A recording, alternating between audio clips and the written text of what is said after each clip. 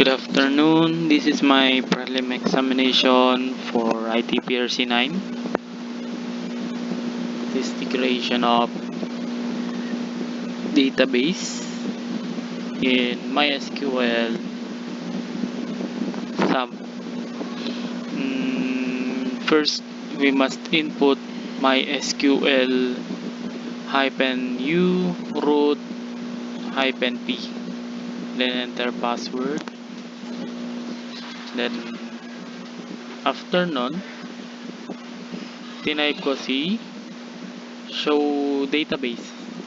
It is to show all the databases na nandun sa may console. Makikita natin na merong 5 databases. Next is magkikreate tayo ng database. Ang i-input natin is create database, all caps, and then yung ating database name.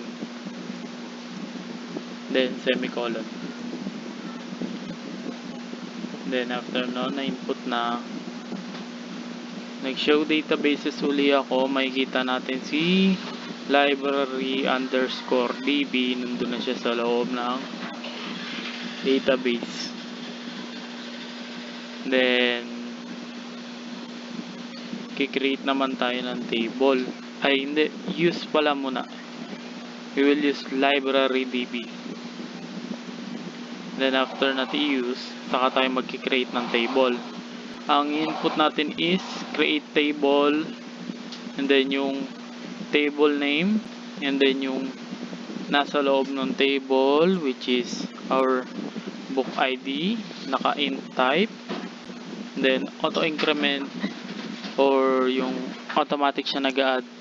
Then title naman natin is variable characters. Meron siyang 255 inputs, and then author varchar din 255 din, and then genre natin, then varchar 100, and then ISBN varchar 13 lang. Then copies available, int type siya, integer type, and then primary key natin is book ID. Then i-describe natin yung using the input explain, then yung name ng ating table books. Makikita natin nandun si book ID, si title, si author, si genre, ISBN, copies available. Andun din yung kanilang type, and then ang primary, then auto increment. After nun, mag-insert naman tayo ng values or items, objects, ganun. Ang input natin is insert into. Gagamitin natin insert into, and then yung name ng table books, and then yung ilalagay natin, which is book ID, title, author, genre, ISBN, copies available. And then yung values nung ilalagay natin, we have book ID 1, title is 1984, meron siyang tawag dito, basta yun, quit sa ere. Then ang title is 1984, and ang author is George Orwell, ang genre is Estonian, and then ang ISBN is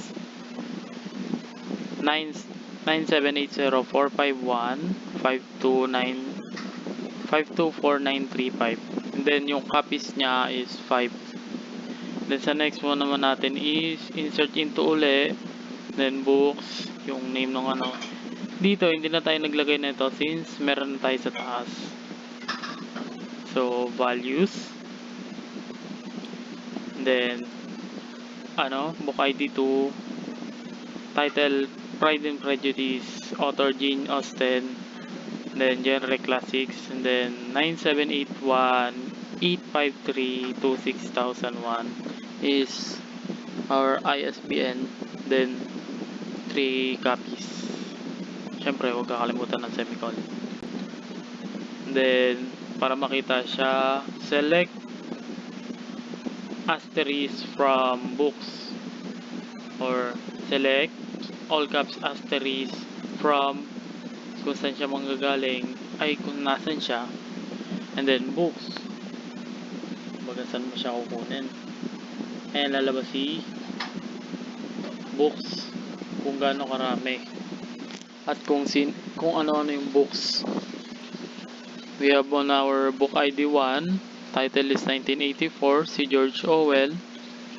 Ayan, then 5 copies. And then sa book ID 2, yung Pride Prejudice, Jane Austen, classic, then 3 copies. Then sa select naman natin yung classic. So mag-i-input tayo ng select from pa rin, select asterisk from, then books where, kung saan parang specifier ba yon, ganon, para specific lang yung makuha mo. And then doon sa genre kukunin niya daw si classic, then semicolon. So makikita na nakuha na si genre na classic, yung Pride and Prejudice. Then select distinct naman. Ang distinct naman is yung magkaiba, unique na ano. So select distinct. Ang hinanap dito is distinct genre from books. So sa genre, meron lang siyang 2 types ng unique na genre, which is Estonian and classics. Then after nun, mag-update naman tayo ng set of copies.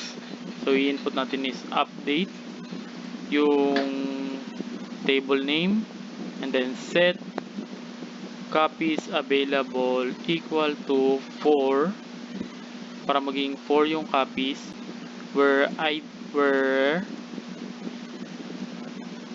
book ID is equal to 1. Parang etong where is used para ma-identify kung ano yung i-update natin. Then sabi dito, rows match change 1, isa yung napalitan. Then select from more para makita uli natin yung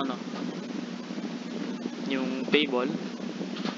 Makikita natin dito sa nauna 5 siya, then dito sa bago, sa updated niya 4 na.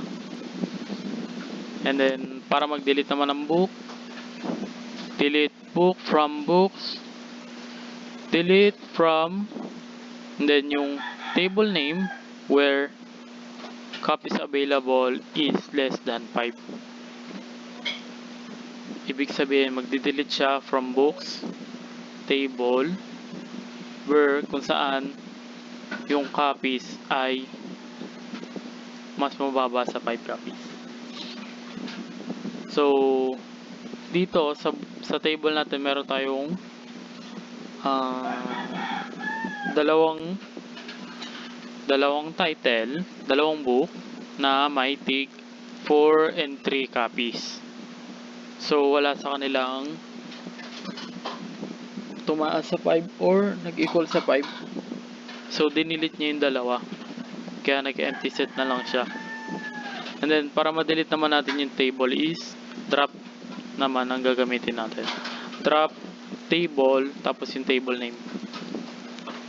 Yan lang po. Thank you.